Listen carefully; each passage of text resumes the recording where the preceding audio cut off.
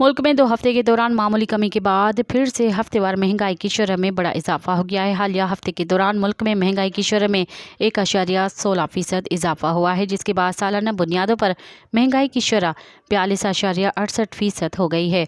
वफाकी इदारा शुमारियात की जानिब से जारी करदा हफ्तेवार महंगाई के एदाद और शुमार के मुताबिक एक हफ्ते के दौरान महंगाई में 1.16% इजाफा हुआ, जिसके बाद सालाना बुनियादों पर महंगाई की शरह 42.68% हो गई।